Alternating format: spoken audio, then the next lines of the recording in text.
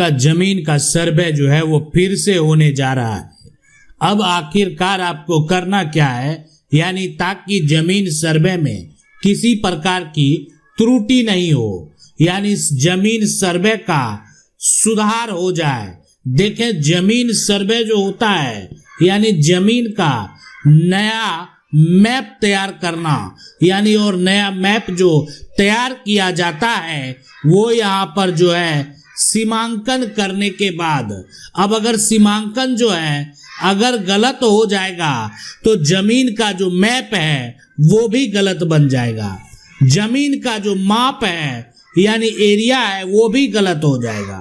तो अगर जमीन के खतियान में गलती हो जाए, आप जो है उसका सुधार कराना चाहते हैं, तो आखिर जो गलतियां हैं उस गलतियां का सुधार जो है वो होगा कैसे, यानी गलतियों का सुधार करने का प्रक्रिया और सुधार करने का सही तरीका क्या है, यानी जो सही तरीका क्या है ये भी बेहद महत्वपूर्ण है।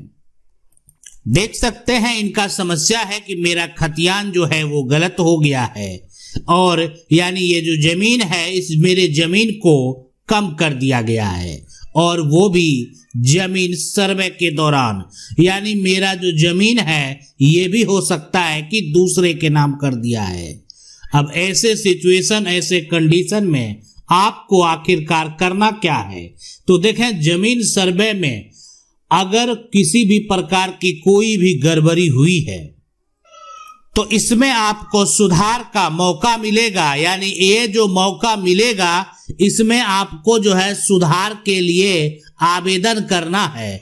अगर आपको आपका जो है यानी किसी प्रकार की त्रुटि हुई है तो सुधार के लिए आपको आवेदन देना होगा और आवेदन देने के बाद जो है उसके ऊपर कार्रवाई होगी।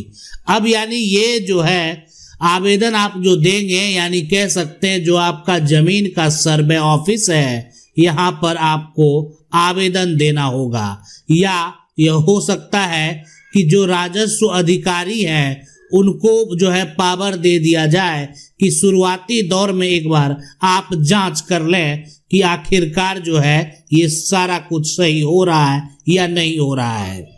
अब यहाँ पर देखें आपका तो ये दावा होगा, लेकिन अब सब बड़ा समस्या जो है उस समस्या का हल कैसे होगा। सबसे बड़ा समस्या कि मेरा खतियान गलत हो गया है, यानी इनका जमीन का खतियान जो है वो खतियान पुराना खतियान जो है वो सही है, वो इनके पास है, और इनका जो वर्तमान में चल रहा था नया खतियान वो खतियान गलत हो गया है। क्योंकि वर्तमान स्थिति में अगर किसी भी प्रकार की गड़बड़ी होती है तो आप तो उसका सुधार करा लेंगे, लेकिन जो पहले से गड़बड़ है, यानी वर्तमान में अगर गड़बड़ी होती है तो आप सीओ के पास जो है यानी जो सामान्य अगर कहें यहाँ पर गलती, तो वैसे सिचुएशन में आप सीओ के पास ही जाकर सुधार करवा लेंगे। उससे अगर बड़ा गलती हो गया तो आप जो है यहाँ पर DCLR कह सकते हैं। यहाँ पर जो होता है ना कि अगर सीमांकन जो है गलत है यानी सीमांकन विवाद है, तो ऐसा बड़ा गलती अगर हुआ है तो ऐसे सिचुएशन में DCLR के पास जाकर आपका समस्या का जो हल है वो हो जाएगा। उसके बाद यहाँ पर देखें कि जो DM है, जो कलेक्टर है, तो वहां पर जो है बड़े विवाद को लेकर आप जा सकते हैं। यानी अगर विवाद बड़ा हो तो आपको DM के पास जो है जाते हैं, कलेक्टर के पास जाते हैं। यानी कह सकते हैं ये जो होता है कि हम अपील करते हैं, हम पहला जो एक तरह से विवाद हुआ उसको लेकर या तो अपील करते हैं, नहीं तो कोई बड़ा विवाद है उसको लेकर जो है DM कलेक्टर के पास जाते हैं। लेकिन देखें ये हो गया कि शुरुआती दौर में आप कर लेंगे, लेकिन अगर जो है यानी पहले से ही आपका खतियान में गलती है तो क्या जो है सीओ के पास जा सकते हैं, DCLR के पास जा सकते हैं, DM के पास जा सकते हैं, तो सबके लिए जवाब नहीं। देखें ये अगर मान लेते हैं आपका CS जो खतियान है अगर वो सही है और जो आपका RS खतियान है अगर वो गलत है, तो ऐसे सिचुएशन में यानी CS से RS जो है सुधार का प्रक्रिया का पावर सिर्फ सिविल कोर्ट को है। यानी इसके लिए सिर्फ आपको सिविल कोर्ट जाना होगा, सिविल कोर्ट में ही आपके साथ न्याय होगा। और अगर आप आरएस में जो खतियान है उसका आदेश सिविल कोर्ट से ले लेते हैं तो वर्तमान जो है यहाँ पर खतियान यानी उसी आधार पर तैयार होगा, या नहीं तो वर्तमान में जो है जो स्थिति कह रही है वो गलत हुआ सही हुआ जैसा भी हुआ उसी अनुसार होगा। मामला जैसे ही यहाँ पर कोर्ट में जाएगा, मामला जैसे ही कोर्ट में जाता है, आप जो है याचिका दायर करते हैं तो आपके वकील के द्वारा जो है अब सवाल जवाब जो है किया जाता है। यानी भूमि की फिर से जांच की जाती है, कागजात की जांच की जाती है। और साथ में अगर देखा जाए तो यहाँ पर जो आपके वकील है ये दावा कर रहे हैं कि जो CS खतियान है, जिसको आप क्या बोलते हैं, जमीन का पुराना खतियान जो कि अंग्रेजों के समय से है, यानी CS खतियान आपका जो है वो ठीक है। लेकिन अगर कहें कि RS खतियान में गड़बड़ी हो गई है तो आखिर ये RS खतियान बना कैसे? इसको बनाने वाले जो है एक तरह से जो थे RS खतियान वो किसके आधार पर तैयार किए हैं? तो वो दस्तावेज है CS खतियान, यानी इसी कागजात के आधार पर इसको तैयार किया गया है। तो अब यहाँ पर देखें ये होता है कि अगर ये बेस है इसी से सारा तैयार हुआ है तो इसको देखने के बाद इसमें सुधार जरूर होगा, इस बात को आप समझ लें। अगर इसमें किसी प्रकार की त्रुटि हुई है तो जो अधिकारी हैं उनसे जवाब मांगा जाएगा कि आखिर ये गलती कैसे हो गया। यानी और जो व्यक्ति वर्तमान में जिसके नाम से जो जमीन की दावेदारी कर रही है, जिसका नाम गलत दर्ज हो गया है, उससे भी जवाब मांगा जाएगा। तो इसलिए जज साहब का जो अंतिम निर्णय होगा ये आप समझ सकते हैं, जिसके पास साक्ष्य होगा, जिसके पास सबूत होगा, जिसके पास प्रूफ होगा, उसी के पक्ष में आदेश होगा। यानी कोर्ट का आदेश जो होगा यानी वो सारा सिचुएशन, सारा कंडीशन देखने के बाद होगा।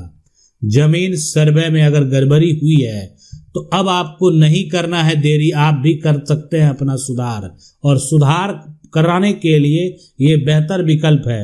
आज जो सरकार कार्य कर रही है, अभी जो सरकार का पूरा सिस्टम है, कार्य करने का तरीका है, वो भी एक बार आप समझ लें। अभी सरकार क्या कर रही है, ये देख सकते हैं जमीन का टुकड़ा है। ये जो जमीन है, इस जमीन को सबसे पहले इस जमीन का जो जमाबंदी है, जमाबंदी सरकार जो है वो ऑनलाइन कराकर, जमीन का जो रसीद है उसको ऑनलाइन कराकर, यानी ये ऑनलाइन प्लेटफॉर्म पर, और इस जमाबंदी और रसीद में अगर किसी प्रकार की कोई गड़बड़ी है तो इसमें सुधार का मौका दिया जा रहा है। ताकि आज आप इसमें अगर सुधार करा लेते हैं, आपकी जमाबंदी गलत है, जमाबंदी पर कम जमीन जर्द है, जमाबंदी में जो जमीन का कह सकते हैं ना, जमाबंदी में नाम का गड़बड़ी है, जमाबंदी में यहाँ पर रकबा का गड़बड़ी है, जमाबंदी में खाता का गड़बड़ी है, जमाबंदी में खेसरा का गड़बड़ी है, जमाबंदी 0 है, जमाबंदी से जो है जमीन का रसीद नहीं कट रहा, तो यहाँ पर जो है ना नहीं रसीद नहीं यहाँ पर कट रहा।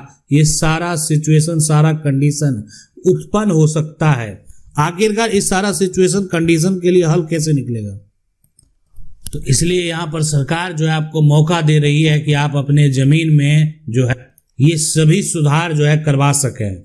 और ये अगर करवा लेते हैं, नाम, रकबा, खाता, केसरा अगर 0 है तो 0 मान लेते हो गया कि प्लॉट आपका जो है नंबर तो दर्ज है, जो है प्लॉट नंबर दर्ज है, लेकिन उसमें जो आना चाहिए वो 0 आ रहा है, रसीद नहीं कट रहा है।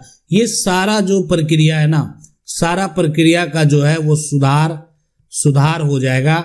और ये सुधार अगर हो जाता है, कुछ भी त्रुटि नहीं रहता है, तो सरकार जो है जमाबंदी और रसीद के आधार पर ये देखेगी कि इस जमीन का टाइटल होल्डर कौन है। यहाँ पर टाइटल होल्डर और उसके नाम से जमीन का जो है क्या होगा, खतियान बना दिया जाएगा। यानी कहीं ना कहीं जमाबंदी और रसीद जो एक तरह से राजस्व रिकॉर्ड में आपका नाम है, जमीन का खतियान बनाने के लिए एक अहम दस्तावेज है अभी ये। यानी ये देखा जाएगा कि ऑनलाइन प्लेटफॉर्म पर कौन है, किसका दस्तावेज जो है ऑनलाइन प्लेटफॉर्म पर जमाबंदी रसीद है, और अब वो कहने के आप गलत कर लिया है, वो गलती से हो गया, तो इसको रद्द करवाने के लिए, इस पर दावा करने के लिए आपके कानूनी अधिकार हैं, आपने आज तक नहीं किए, ये आपकी गलती है। तो इसलिए ये जो भूमि का सर्वे है, आपको इसमें करना क्या है कि आपको जो भी त्रुटि लगे उसका आप पहले सुधार करा लेंगे, और आपको जो सही लगे उसी आधार पर जमाबंदी रसीद को कायम कराएंगे। ये जो है ना जमाबंदी रसीद जो है ये डिसाइड करेगा कि आखिर आगे जो डिजिटल खतियान तैयार होगा भूमि सर्वेक्षण के बाद वो किस प्रकार का होगा, किसके नाम का होगा। जिसके नाम जमीन का जमाबंदी होगा सिर्फ उसी के नाम पर तो बिल्कुल नहीं, जमाबंदी जिसके नाम से है अगर उसकी मृत्यु हो गई है तो उसके जितने वंशज होंगे, अब आप कहेंगे कि जमाबंदी जिसके नाम है उसका जो बात करें यहाँ पर मनोहर के नाम जमाबंदी है, लेकिन मनोहर का तो 5 बेटा है, तो ऐसे सिचुएशन में क्या होगा?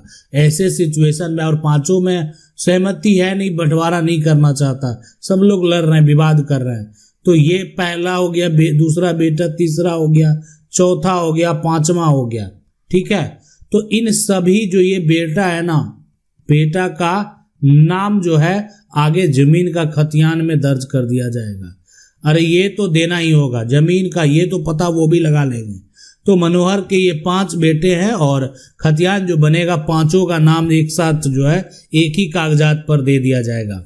अब जमीन की जो जमाबंदी है इसलिए कि वो पिता के नाम दर्ज है। अब आप कहेंगे कि जमाबंदी तो भली पिता के नाम दर्ज है, लेकिन उसमें 2 लोग अपना शेयर बेच चुके हैं, ठीक है, उनका जमीन की बिक्री हो चुकी है, लेकिन वो जो है जमाबंदी अभी भी हमारे पिता के नाम से ही है, तो भी क्या 5 का नाम दर्ज होगा? हम कहेंगे बिल्कुल हाँ।